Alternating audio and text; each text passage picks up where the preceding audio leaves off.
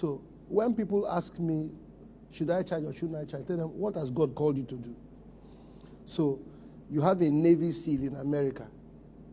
They are special forces. They send them to take people like Osama out. Their training is intense. And there are traffic wardens who control traffic. You know, their trainings can't be the same. So if you are a Navy SEAL, and God has called you to live a certain way, why are you comparing yourself to a traffic warden? Look at this traffic warden. His training is 2 months. Why am I doing this? No. Because what I've called you to do is serious business. So when we began, God told me clearly, my shift from mainstream was so radical, my friends thought I was crazy.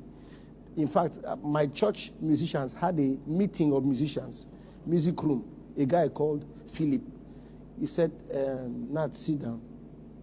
We had a dream that you were losing your mind.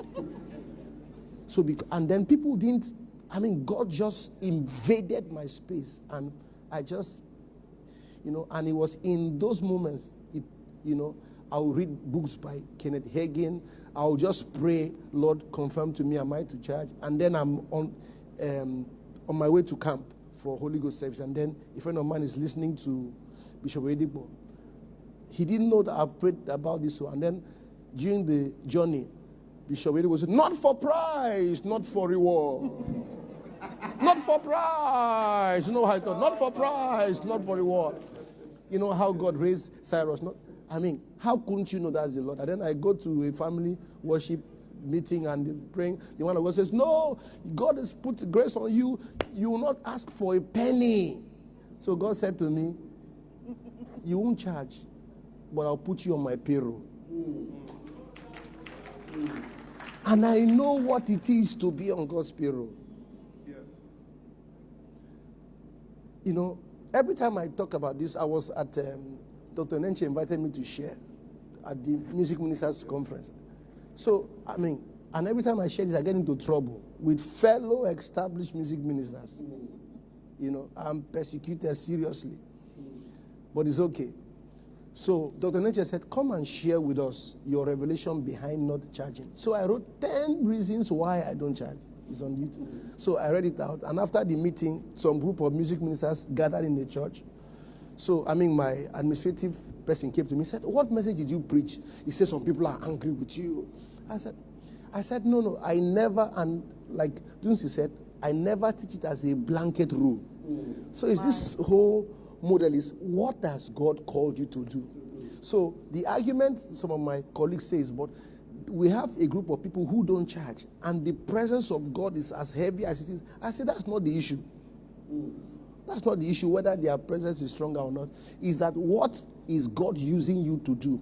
For me, he told me he would take me to nations.